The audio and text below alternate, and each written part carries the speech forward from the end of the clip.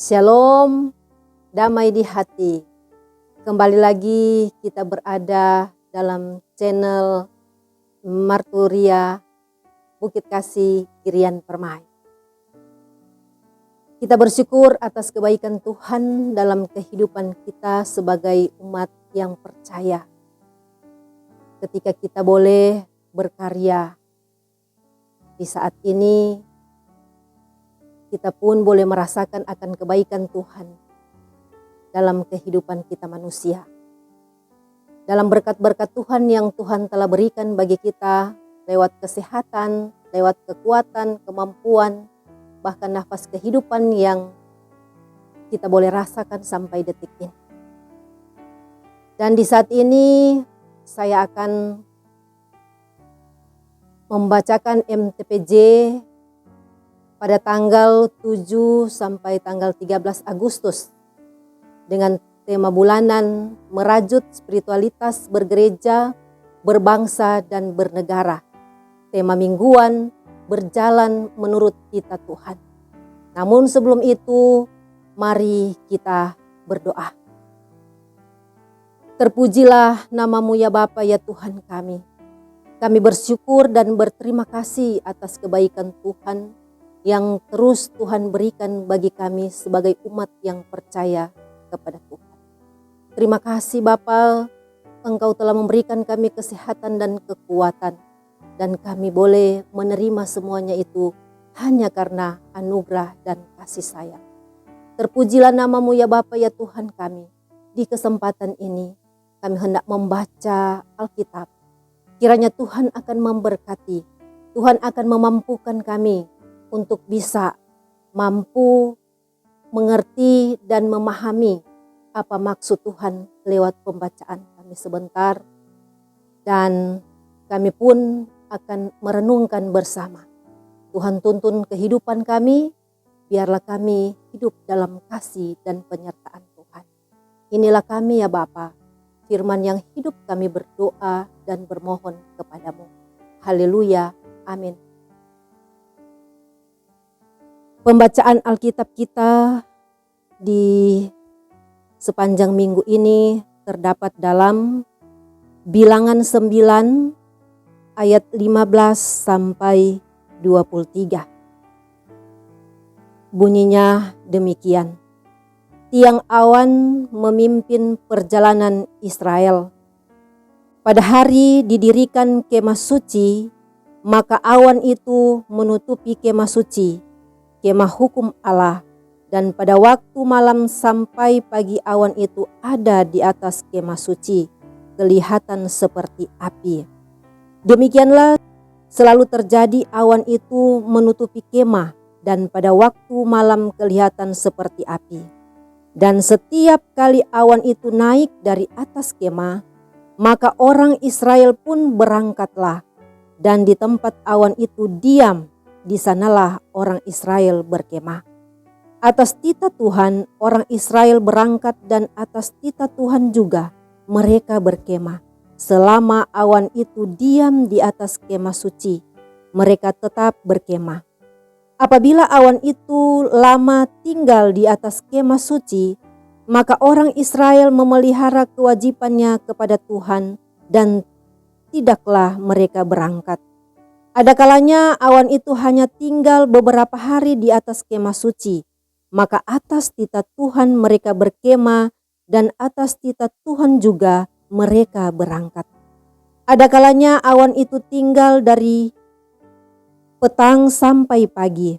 Ketika awan itu naik pada waktu pagi, mereka pun berangkatlah, baik pada waktu siang, baik pada waktu malam. Apabila awan itu naik, mereka pun berangkatlah. Berapa lama pun juga awan itu diam di atas kemah suci, baik 2 hari, baik sebulan atau lebih lama, maka orang Israel tetap berkemah dan tidak berangkat. Tetapi apabila awan itu naik, barulah mereka berangkat. Atas titah Tuhan mereka berkemah, dan atas titah Tuhan juga mereka berangkat. Mereka memelihara kewajibannya kepada Tuhan menurut titah Tuhan dengan perantaraan Musa. Demikian pembacaan Alkitab kita di saat ini. Tuhan memberkati kehidupan kita semua. Alasan pemilihan tema.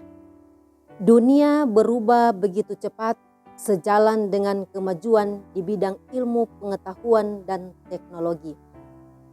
Perubahan-perubahan sebagai dampak kemajuan itu nampak dalam peradaban manusia dengan gaya hidup yang sangat bergantung pada produk teknologi.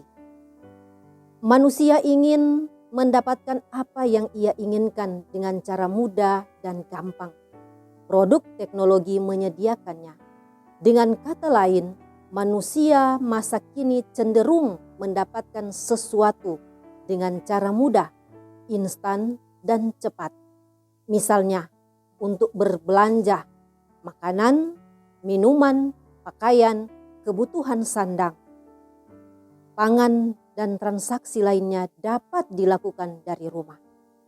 Tanpa harus buang waktu dan tenaga pergi ke pasar atau ke toko atau ke bank. Cukup pesan online, asalkan ada saldo, bank, dan aplikasi yang diperlukan di handphone. Demikian kebutuhan informasi dapat dengan mudah diakses. Apakah berkaitan dengan pendidikan, ekonomi, kesehatan, entertain, atau hiburan, dan apa saja yang dibutuhkan dapat dengan mudah dipelajari melalui internet. Syaratnya cukup memiliki handphone Android dan paket data, maka semua informasi yang diinginkan akan dengan mudah didapatkan, termasuk informasi yang negatif. Teknologi memberi kemudahan-kemudahan, namun di sisi lain memberi tantangan baru bagi pendidikan mental moral. Karakter dan spiritual baik kepada generasi muda maupun generasi tua. Tawaran gaya hidup modern dapat mengguncang iman dan perilaku hidup manusia, termasuk orang percaya. Manusia cenderung menghalalkan segala cara asalkan mendapatkan uang dan mendapatkan apa yang ia inginkan. Oleh karena itu, orang percaya harus memiliki dasar berpijak yang kuat agar mampu mempertahankan integritas ketika menghadapi tawaran-tawaran seperti godaan hedonisme, konsumerisme tanpa batas, gaya hidup bebas, berhala-berhala baru, dan kesenangan hidup duniawi yang dapat mencelakakan dan membinasakan. Gereja dan pemerintah, orang tua, dan semua pihak mempunyai tugas dan tanggung jawab menyiapkan kebutuhan moral, etik, dan spiritual menghadapi zaman ini. Orang percaya diperhadapkan pada pilihan memilih berjalan menurut kita Tuhan atau memilih jalan menurut kehendaknya sendiri. Oleh karena itu, perenungan warga Gemim di minggu yang berjalan dipilih tema berjalan menurut kita Tuhan. Melalui tema ini, gereja secara institusi dan orang-orang percaya di dalamnya dituntut untuk belajar dan mengerti tentang apa yang dititahkan Tuhan dan bagaimana menaati apa yang dititahkannya dalam mengarungi perjalanan hidup yang dianugerahkan Tuhan. Pembahasan tematis, pembahasan teks Alkitab. Kitab Bilangan adalah bagian dari kitab Pentateuch atau kitab Taurat. Dalam bahasa Ibrani, kitab Bilangan disebut Bemidbar yang artinya daerah liar. Kitab Bemidbar dalam siklus tahunan pembacaan Taurat di kalangan Yahudi mendapat giliran dibaca pada bagian ke-34 dalam bacaan mingguan.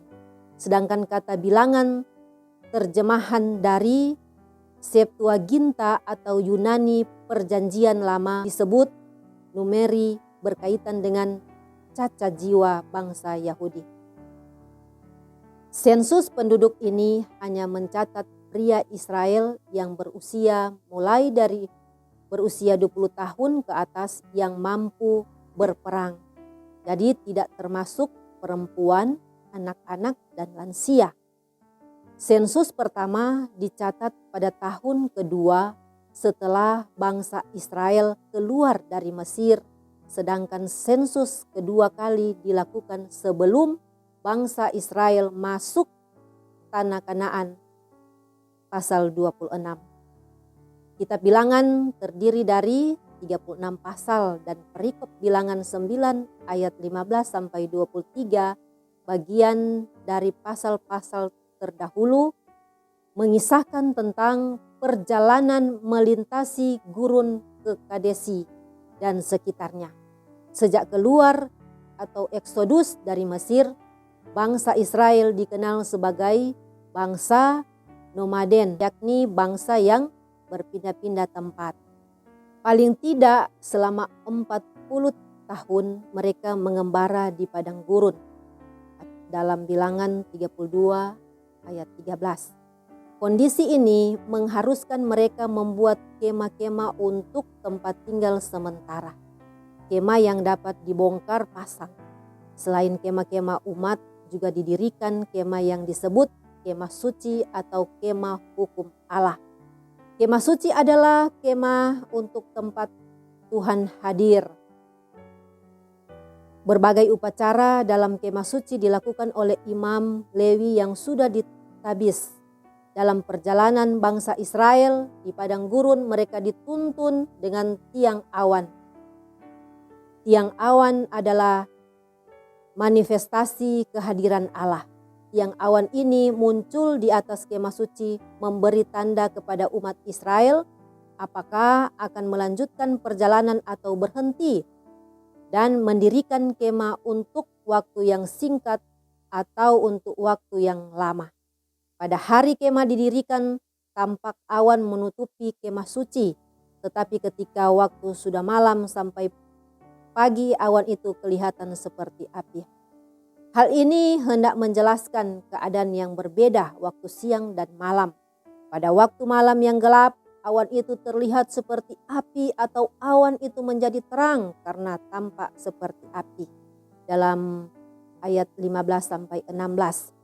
Pada saat awan naik dari atas kemah suci, berarti mereka harus siap-siap membongkar kemah untuk melanjutkan perjalanan. Lalu saat awan berhenti bergerak, maka di tempat itu mereka harus berhenti berjalan dan mendirikan kemah. Posisi awan ini adalah sebagai tanda dari titah Tuhan. Ketaatan mengikuti petunjuk Tuhan melalui tanda awan yang diam atau bergerak merupakan kemutlakan bagi Israel dalam pengembangan menuju tanah Kanaan. Sebagai orang percaya, kita memahami bahwa kehadiran awan di tengah perjalanan Israel di padang gurun adalah tanda kehadiran Tuhan. Juga tanda dan bukti penyertaannya dalam perjalanan bangsa Israel. Ketika Tuhan menuntun Israel berputar melalui padang gurun menuju laut Teberau, walaupun sebenarnya lewat negeri orang Filistin merupakan jalan paling dekat dengan tanah perjanjian. Namun untuk berjaga-jaga, jangan-jangan Israel menyesal dan ingin kembali ke Mesir, maka Tuhan memilih jalan ini. Keluaran 13 ayat 17 dan Keluaran 14 ayat 19, Keluaran 20 sampai 24. Kitab Bilangan 9 ayat 15 sampai 23 menjelaskan bahwa awan memberi tanda dan perintah kepada umat Israel apakah mereka berhenti atau melanjutkan perjalanan. Perjalanan yang tidak menentu waktunya mengajar dan melatih Israel tentang kesiapsiagaan, kedisiplinan, kesabaran, dan ketaatan pada perintah Tuhan di segala waktu dan keadaan. Kapanpun diperintahkan harus melanjutkan atau berhenti berjalan. Tidak memandang waktu, terkadang pada saat petang hari, malam hari, pagi hari, Israel harus bergerak berjalan maju atau berhenti. Sekalipun Israel tidak tinggal menetap di suatu tempat karena perjalanan menuju tanah perjanjian mengharuskan mereka berpindah-pindah, namun mereka harus memelihara kewajiban-kewajiban ketika awan itu lama tinggal di atas kemah suci. Artinya, mereka akan lama tinggal dalam perkemahan. Kewajiban-kewajiban sebagaimana dicatat dalam pasal sebelumnya, yaitu merayakan Paskah dan mempersembahkan korban-korban persembahan harus dilaksanakan. Pelaksanaan kewajiban-kewajiban tersebut di atas perintah Tuhan dilakukan Musa yang adalah pemimpin mereka dalam perjalanan keluar dari Mesir menuju Kanaan. Makna dan implikasi firman. Dalam menjalani hari-hari kehidupan di dunia ini, Tuhan memberi tanda tentang hal-hal yang berkaitan dengan apakah harus melangkah maju atau berhenti sejenak untuk semua itu mempunyai maksud dan tujuan. Tanda yang Tuhan beri kadang melalui alam, hujan yang deras disertai angin dan badai. Bencana alam dan tanda-tanda lainnya. Ada waktunya bekerja dan ada waktunya beribadah. Ada waktunya melaksanakan kewajiban-kewajiban kepada Tuhan dan ada waktunya bekerja keras, disiplin dan setia dalam tugas pekerjaan. Namun ada saatnya kita butuh beristirahat dari pekerjaan untuk pemulihan tubuh sebab Tuhan juga menginginkan kita sehat. Kepatuhan kepada Tuhan butuh latihan dan Tuhan membentuk orang percaya untuk hidup dalam ketaatan kepadanya melalui kesulitan hidup. Tantangan di era digital yang cenderung mendapatkan sesuatu dengan cara instan. Tawaran kesenangan hidup duniawi dan konsumerisme tanpa batas merupakan tantangan bagi hidup yang patuh pada titah Tuhan. Kita harus mampu mengendalikan diri dengan cara patuh kepada titah dari Tuhan saja. Tuhan senantiasa hadir di setiap musim kehidupan orang percaya dengan caranya. Oleh karena itu, baik siang maupun malam orang percaya tidak berjalan sendiri, bagaikan awan di siang hari dan awan yang menyerupai api di malam hari. Tuhan turut menyertai dan melindungi umatnya dalam perjuangan kehidupan meraih masa depan. Walaupun hampir seluruh generasi yang lahir di Mesir tidak masuk ke tanah Kanaan akibat ketidaksetiaannya kepada titah Tuhan. Namun jika melihat bangsa Israel yang jatuh bangun, memberontak dan kembali setia kepada Tuhan dalam perjalanan keluar dari Mesir sampai masuk tanah Kanaan, maka kita menyaksikan kesetiaannya menyertai umatnya dan kasihnya tidak pernah pudar. Demikian pembacaan MTPJ di malam hari ini. Kiranya kita semua diberkati oleh Tuhan. Kita berdoa. Terima kasih Bapa di sorga yang telah menuntun kegiatan kami. Kami bersyukur kami boleh belajar lewat kebenaran firman-Mu. Bahkan kami telah merenungkan bersama. Kiranya Tuhan akan memberkati kami sebagai umat ciptaan Tuhan untuk bisa menjalankan akan kehidupan kami sesuai dengan kebenaran firman Tuhan. Terpujilah nama-Mu ya Bapa ya Tuhan kami. Inilah doa seruan sembahyang kami yang kami mau bawa di dalam nama Tuhan Yesus Kristus. Haleluya.